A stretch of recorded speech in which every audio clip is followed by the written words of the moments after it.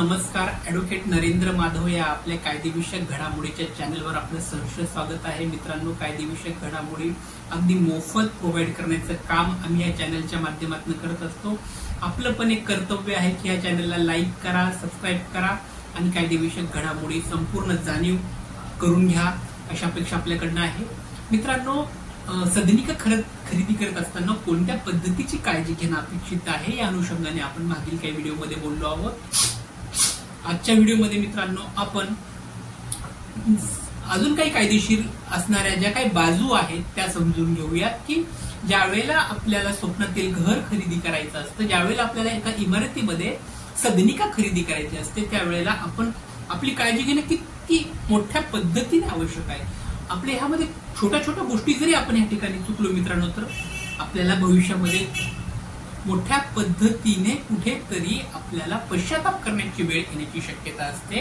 त्यामुळे कायदेशीर संपूर्ण डॉक्युमेंट्स त्या ठिकाणी तपासून बघणं अपेक्षित आहे. त्याचबरोबर जे काही कायदेशीर गोष्टीची पूर्तता संबंधित बिल्डरने केलेली आहे का हे सुद्धा तपासणं अपेक्षित आहे. मित्रांनो, सदनिका खरेदी करत असताना संबंधित जो इंजिनियर आहे, संबंधित जो आर्किटेक्चर आहे, त्या इंजिनियरने आर्किटेक्चरने जे काही पद्धतीचा प्लॅन त्या इमारतीला करून दिलेला आहे त्या प्लॅनच्या अनुषंगाने ती इमारत तयार झालेली आहे का हे सुद्धा त्या ठिकाणी तपासून घेतलं पाहिजे.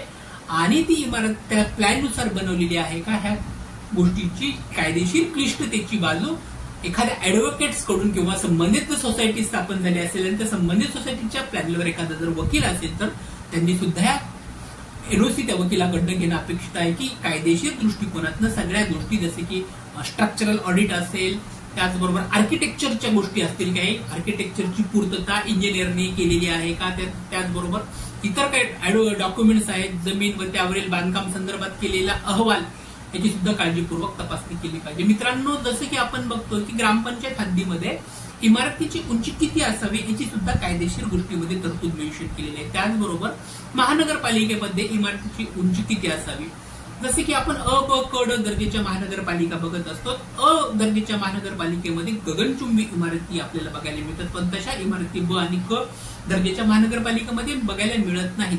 मित्रांनो, आपण ज्यावेळेस मुंबई पुण्यासारख्या शहरामध्ये घर घेण्याची अपेक्षा करत असतो त्यावेळेला विकासक आपल्याला मुंबई पुण्यासारख्या शहरापासून लांब कुठेतरी ती हाऊसिंग सोसायटी किंवा ती एक प्रकारची बिल्डिंग त्या ठिकाणी तो तयार करून देत असतो. ती इमारत महानगरपालिकेच्या हद्दीच्या बाहेरही असते आणि ठराविक हद्द जी आहे ती ग्रामपंचायतीची हद्द असते. मग त्या ग्रामपंचायतीच्या हद्दीमध्ये सदरील इमारतीचा परवाना मिळाला आहे का आणि सदरील इमारती किती माळ्याची आहे, त्यामध्ये कुठेतरी कायदेशीर कुठेतरी क्लिष्टता आहे का, कायदेशीर त्रुटी आहेत का, ही या ठिकाणी तपासून बघणं अत्यंत आवश्यक आहे. हे जर अभ्यास आपण केला तर आपली फसगत या ठिकाणी होणार नाही. मित्रांनो, या ठिकाणी थांबूयात. पुढील भागामध्ये आपण अजून कायदेशीर गोष्टींच्या अनुषंगाने कोणकोणत्या गोष्टी अपेक्षित आहेत घर घेताना, सदनिका घेताना यावरती बोलूयात. व्हिडिओ आपल्याला आवडला असेल तर लाईक कराल, सबस्क्राईब कराल. धन्यवाद.